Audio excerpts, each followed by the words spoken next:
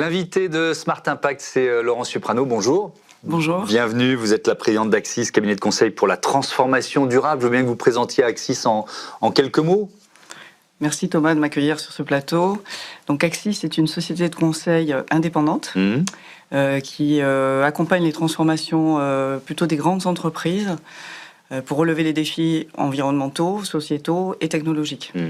Qui existe depuis une quarantaine d'années, vous me disiez ça avant que l'interview démarre. Les enjeux, on va beaucoup parler évidemment d'environnement, pas seulement, mais de sobriété et d'intelligence artificielle. Mais l'impératif environnemental, finalement, depuis quand il prend beaucoup de place dans les conseils et dans ce que vous demandent vos clients? Alors, je dirais depuis une dizaine d'années, et de manière beaucoup plus accrue post-Covid, depuis le début des années 2020, avec une prise de conscience plus importante finalement de l'impact des limites planétaires sur leur modèle économique. Et donc c'est vraiment ce sujet-là qui aujourd'hui est une vraie préoccupation pour les grandes entreprises que nous accompagnons. Et donc ça veut dire qu'il n'y a pas forcément de retour en arrière, là, de coup de frein, parce que c'est vrai que voilà, il y a un contexte géopolitique international, américain, européen, qui fait que, puis tout simplement la loi Omnibus au niveau européen, les impératifs de la CSRD qui sont en train de se réduire. Si on est chef d'entreprise, qu'on se dit il faut que je pense mon avenir en fonction des limites planétaires, c'est pas parce que la réglementation change que je change, ou quand même on se dit je suis moins pressé. Alors, certes, je pense que le contexte économique crée des turbulences, finalement oblige les entreprises à se concentrer sur le court terme. C'est une certitude. La baisse de la pression réglementaire avec la loi Omnibus a aussi finalement mis un coup d'arrêt à certains projets réglementaires, justement. Pour autant, la plupart des grandes entreprises, et essentiellement aussi dans le secteur industriel, lorsque les tensions sur les ressources sont importantes, continuent de penser RSE et écologie dans une logique où finalement ils vont rechercher au travers de la RSE de la performance et de concilier la RSE comme un levier aussi de la performance de leur entreprise. Alors, on va beaucoup parler de sobriété. Vous dites, la sobriété ne doit pas être vécue comme une contrainte, mais comme une stratégie. Ça rejoint ce qu'on vient de se dire. Et en quoi ça peut changer, cette approche, la façon d'envisager la transformation d'une entreprise, la sobriété? Tout à fait. Alors, la sobriété, c'est finalement un levier pour anticiper finalement les tensions auxquelles les entreprises sont confrontées sur leurs ressources, sur leur consommation électrique, sur la transition énergétique qu'elles sont tenues d'opérer. Donc c'est vraiment un moyen de rechercher de l'efficience et je dirais de faire mieux avec moins. Vous avez créé un néologisme, vous parlez de sobrétique. J'aime bien les néologismes, donc c'est quoi? Alors je comprends bien ce que vous voulez dire, mais qu'est-ce qu'il y a derrière ce mot? Alors, il y a le fait de, à la fois, mêler sobriété, frugalité et aussi responsabilité. C'est-à-dire, lorsqu'on va utiliser une technologie ou un levier pour se transformer, de concilier ces deux sujets, la capacité à rechercher une forme de frugalité tout en étant éthiquement responsable.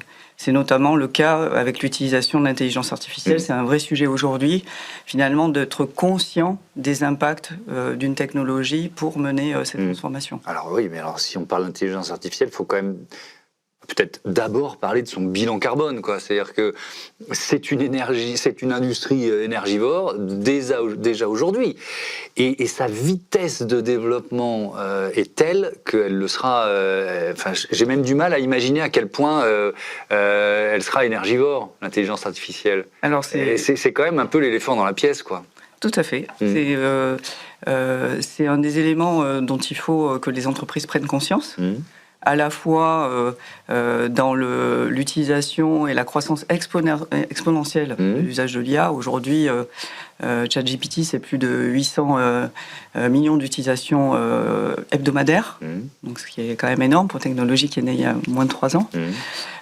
C'est aussi des consommations énergétiques très forte. On sait qu'une requête dans ChatGPT, c'est 10 fois la consommation électrique d'une requête faite dans sur un Google. moteur de recherche classique. Voilà, tout à fait.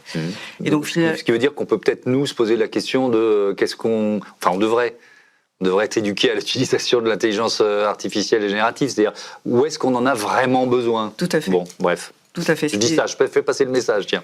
Mais c'est tout à fait ça. Et c'est vraiment, pour nous, un levier de progrès important. Donc il faut s'approprier les opportunités, mais aussi être en mesure d'en comprendre les impacts. Oui, effectivement. Donc j'ai commencé par ça, parce que vous pensez aussi que c'est un levier de sobriété. Et alors, je trouve, ça m'intéresse vraiment de savoir comment vous le justifiez, parce que on vient de se dire que ça va consommer de plus en plus d'électricité et d'énergie, mais c'est un levier de sobriété. Comment ? Alors, je vais vous donner un exemple. L'exemple de l'entreprise Veolia, par exemple, sur le traitement des eaux usées, qui est une de ses activités majeures. Pour retraiter les eaux usées, il faut pouvoir aérer les eaux usées. L'aération, ce processus d'aération est extrêmement énergivore. Et donc Veolia a mis en œuvre une intelligence artificielle qui permet de lancer ce processus d'aération des eaux au moment précis où les eaux arrivent en grande quantité et où l'énergie est la moins consommatrice. Et de ce fait, ils ont démontré qu'ils pouvaient gagner jusqu'à 10% de consommation de gains et jusqu'à 6% d'émissions de CO2. Donc ça, c'est grâce à l'IA. Grâce à l'IA. Et l'IA, dans tout ça, consomme, elle, moins de 1% des gains obtenus. Donc l'impact positif net est là, est bien réel. Et donc, c'est à chaque fois cette question de l'usage. Est-ce que l'IA va m'apporter, dans un rapport coût-bénéfice, plus de bénéfices que de coûts? Et quand on parle de bénéfices, je ne parle pas uniquement, bien sûr, de bénéfices économiques. C'est le bénéfice écologique, humain et éthique aussi. Et donc, c'est cette appréciation globale qui permet de dire, finalement, j'arrive à générer plus de sobriété en utilisant cette technologie plutôt qu'une autre. Ça veut dire que avant d'utiliser l'IA de manière massive, il faudrait à chaque fois, au cas par cas, se dire voilà comment on va utiliser et s'assurer que elle crée plus de bénéfices qu'elle ne génère de consommation d'énergie, si je comprends bien, ou d'effets négatifs, quoi. Sauf qu'on le fait pas pour l'instant. Alors on le fait, ça dépend finalement des. Je caricature volontairement. Des stratégies. Je fais l'anti-IA primaire dans cette interview. Tout à fait. Mais tout est question aussi d'équilibre et de test. Souvent, les entreprises testent et éprouvent le concept, ce qu'on appelle un proof of concept, avant de se lancer, de passer à l'échelle. Et c'est via cette façon de faire que souvent on peut évaluer concrètement les gains et les coûts. Il y a beaucoup d'ailleurs de projets d'IA qui passent pas à l'échelle. Comment vous l'expliquez ? Et bien justement, c'est que finalement la capacité à mesurer les bénéfices que vont apporter les IA et surtout les IA génératives dans l'entreprise sont aujourd'hui encore très méconnues. On est plutôt dans une phase d'expérimentation, d'apprentissage de l'IA que sur une technologie mature. Je voudrais qu'on sorte de l'IA pour parler un peu de la stratégie RSE. À quel point, et là aussi je fais appel à un peu d'expérience, à quel point vous voyez la RSE s'intégrer à la stratégie de vos clients de plus en plus ? Alors, on le voit au travers de leur politique environnementale dans l'organisation. Par le passé, la RSE était un peu à côté. C'était des directions qui avaient en charge beaucoup de réglementaires, de reporting. Aujourd'hui, les entreprises intègrent finalement les processus RSE au cœur de leur processus métier. Typiquement, aujourd'hui, on accompagne une entreprise qui a décidé d'avoir un système de pilotage de sa performance totalement intégré, c'est-à-dire qui mêle le pilotage financier et le pilotage extra-financier. C'est plus quelque chose qui est à côté, c'est finalement une évaluation et un pilotage de la performance qui est fait de manière globale.